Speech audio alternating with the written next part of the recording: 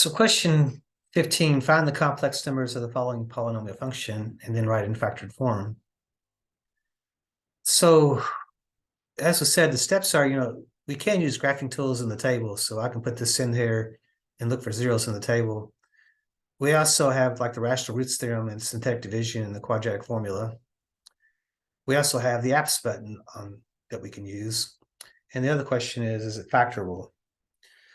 The one that jumps out at me to start with is just the apps button. So if I do that to start with, apps number 7, choose 6. Oops, try that again. Apps button number 7 and root finder, the first one. Notice how this is a degree 4, so hit enter. So it tells me right now that it sets their own settings here.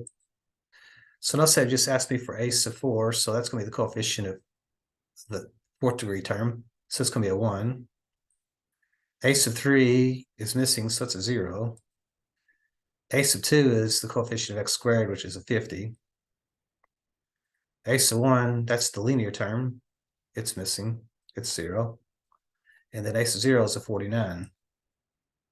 So hit solve. Notice how it gives me 4 zeros. And they're all actually complex. So we have this 7i, negative 7i, 1i, or just simply I, and negative 1i, or just simply negative I. So in factored form, as we said, x equals 7i would be 1 0. X equals negative 7i would be another 0. X equals I is a third 0. X equals negative I is the fourth one. So remember, to put them in factor form, we just set them back to 0. X minus 7i is equal to 0.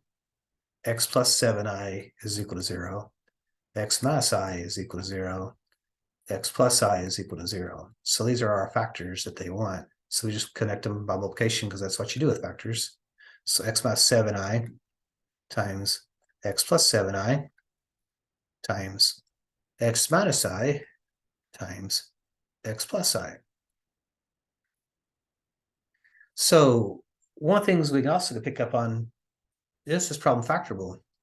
Well, notice how we have x to the 4th and x squared. So this looks very much like quadratic stuff. So instead of using x, we actually tried this as x squared and x squared like that, because x squared times x squared is going to be this x to the 4th. And what are the factors of a 49 that would give me a 50? Well, that'd be a 49 and a 1. So plus a 49 and plus a 1. And if we set this equal to 0, that would be finding zeros. So notice how we have x squared times x squared is x to the 4th. The outer terms will give me 1x squared if I was checking it. So that would be a 1x squared. And then the inner terms would give me a 49x squared. Notice how that is 50x squared. And then the last term is 49 times 1 is 50. So it is correctly factored. So to find zeros, remember you set each factor equal to 0. So x squared plus 49 would equal 0. X squared plus 1 would equal 0. So again, since this is a simple quadratic, you just set the x squared to itself, move the 49 over, and then when you take the square root of both sides, remember it's got to be a plus or minus situation. X equals the plus or minus the square root of negative 49. And remember, the square root of negative 49, an I is going to come out, and the square root of 49 is a 7. So x equals a plus or minus a 7i. Notice how here you can isolate the x squared again. X squared equals a negative 1. And then if you take the square root of both sides, x equals a plus or minus the square root of negative 1. So remember, that's the imaginary unit.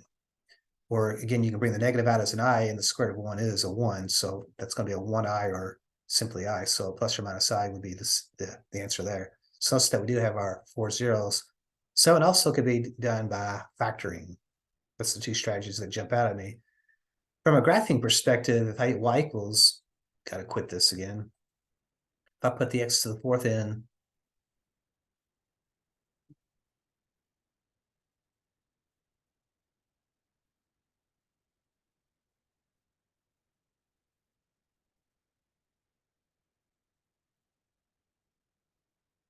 so if I go to the graph, notice that we don't really see anything. If I change my window, I don't know where to go. So let's just change them all to bigger. Let's just go negative 100 110.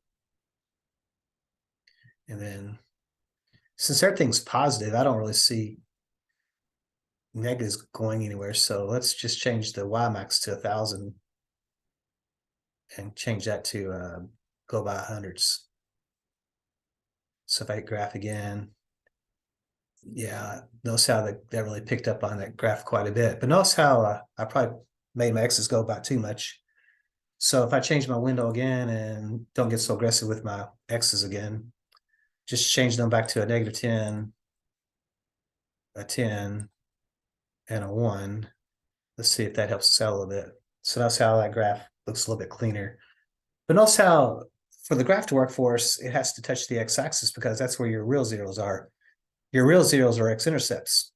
Since there's not any actual x-intercepts, this graph does not have any real zeros. So the graphing technique nor the table will work because they can only find real zeros. So we're left with algebraic techniques or using our APS formula that we were taking advantage of on the calculator. So hopefully you find that useful in solving question 16.